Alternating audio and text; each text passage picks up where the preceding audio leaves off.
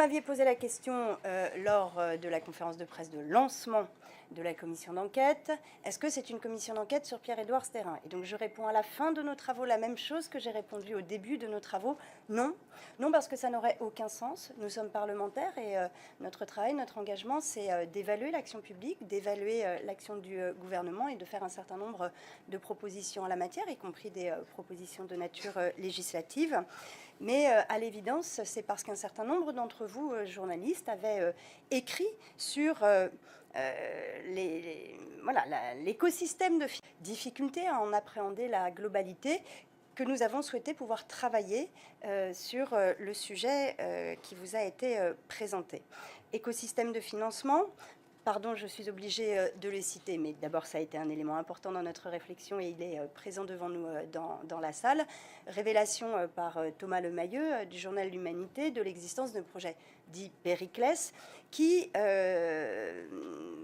mettait en lumière le fait qu'il y avait une volonté d'influencer, d'influer la vie démocratique, la vie politique par le biais de financement des politiques publiques. C'est que s'il y a une intention qui n'est pas du ressort de l'intérêt général ou de l'intérêt public pour une grande partie des citoyens ou pour une grande partie de nos institutions républicaines, eh bien, on doit le savoir.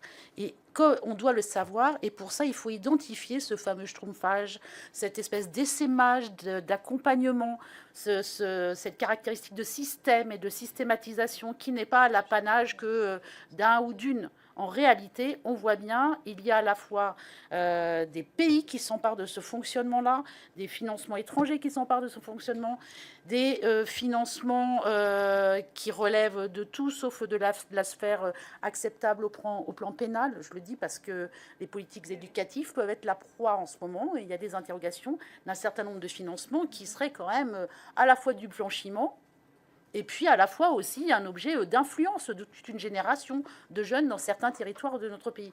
Et donc tous ces sujets-là, ils doivent être identifiés. Et c'est pour ça que l'essentiel des propositions porte sur l'observation, cette nécessité de la transparence. Et le modèle britannique, qui n'est pas le seul du reste, mais eux ont une véritable ancienneté, c'est l'histoire de la Big Society. Eux, ils ont acté d'emblée que la sphère privée accompagnait les politiques publiques. Donc c'était, voilà. Donc on a... Structure et de la délivrance de rescrits fiscaux. Alors, merci pour la question. On est vraiment dans les questionnements qui nous ont animés sur ce qu'on a appelé les zones grises. On n'a pas eu, parce que le rapport des inspections générales conjointes n'était pas encore terminé, donc on n'a pas eu le rapport conjoint entre le ministère de l'Intérieur et le ministère des Comptes publics. Mais on a interrogé le ministre de l'Intérieur sur le fait qu'on ne peut pas avoir un État bicéphale avec, d'un côté, un ministre de l'Intérieur qui préconise la dissolution d'une association parce qu'elle est à l'initiative de propos haineux et contraires à la République. Et de l'autre côté, avoir un ministère du budget, des comptes publics, qui lui permettent, par simple autodéclaration qu'on remplit un intérêt général, permettent la défiscalisation du don. Et pour ceux qui auraient besoin, nous parlons là du contrôle conjoint sur Némésis. Mais sans aller jusqu'à cet exemple un peu paroxystique. On voit bien que le sujet est là. Finalement, la question qui nous était posée sur l'intérêt général. Comment est-ce qu'on définit l'intérêt général? Dans notre pays, il est défini d'un point de vue fiscal.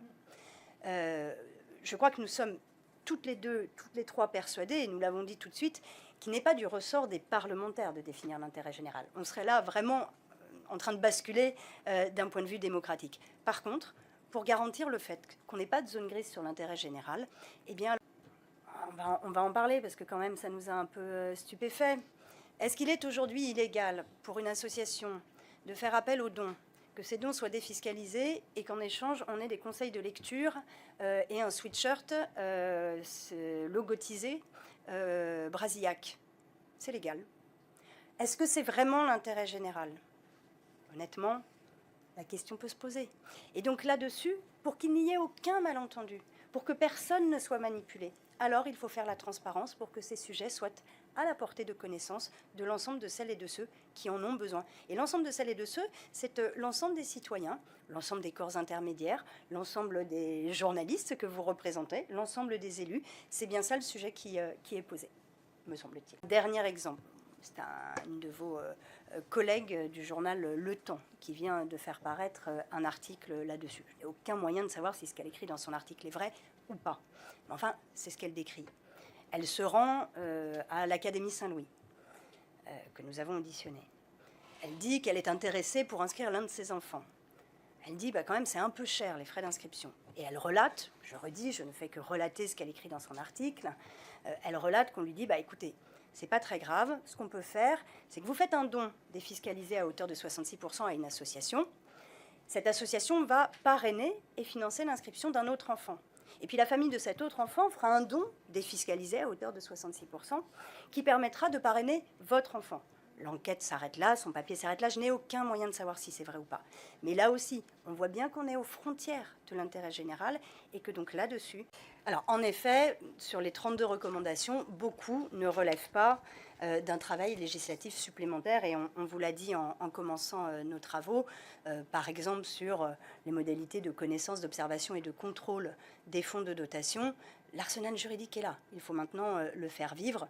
Je reprends ce chiffre. C'est une moyenne, je sais, mais enfin, qui a le mérite d'être tout à fait stupéfiant. 0,2 ETP dans les préfectures pour contrôler les fonds de dotation. Et donc, vous voyez bien qu'on n'est pas à la hauteur des sujets tels qu'ils sont portés devant nous. Parce que on a beaucoup parlé de démocratie, mais enfin, il y a un sujet de finances publiques également.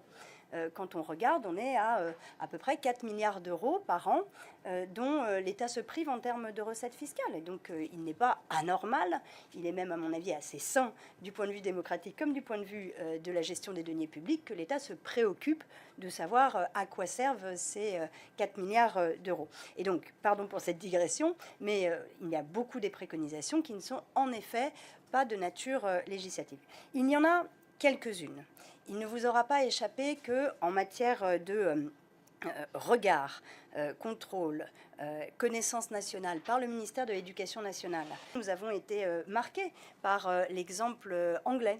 En Angleterre, la Charity Commission, alors système de défiscalisation qui n'est pas exactement le même que celui que nous connaissons en France, mais enfin, la Charity Commission, c'est 450 salariés, je vous remets avec nos 17 agents publics dans les préfectures qui font 0,2 par préfecture, et un fichier des organismes à but de philanthropie totalement ouvert, totalement consultable par les citoyens, par les élus. Et donc c'est vraiment ce fil-là de la transparence qui nous semble pouvoir résoudre cette espèce de tension que mettait en lumière Madame Courboulec, qu'il n'y ait pas de malentendu. Ce que nous décrivons comme mécanisme d'influence de basse intensité sur l'ensemble du territoire, ça n'est pas uniquement un regard que nous avons eu par le biais de nos auditions, qui, même si elles ont été nombreuses, ne sont pas exhaustives. Mais nous avons, alors vous n'avez pas pu y assister parce que c'était une audition à huis clos, mais nous avons rencontré un écho assez stupéfiant chez Tracfin, qui utilise pour ces stratégies de basse intensité, de petits financements, de financements difficilement contrôlables et transparents,